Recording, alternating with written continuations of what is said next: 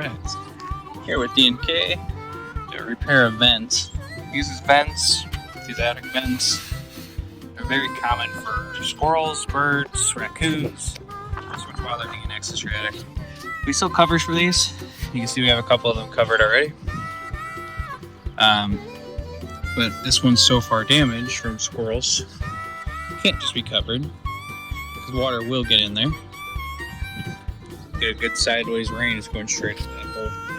Yeah, this is totally chewed up. So this vent right here actually needs to be replaced. So I'm going to pop this vent out. I got a new vent behind me. We'll slide that one in, and then we'll go ahead and cover it so this doesn't keep happening.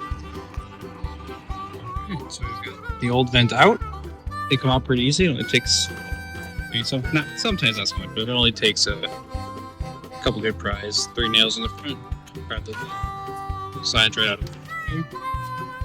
We're going to slide up our next one. So, situated. I'll be back.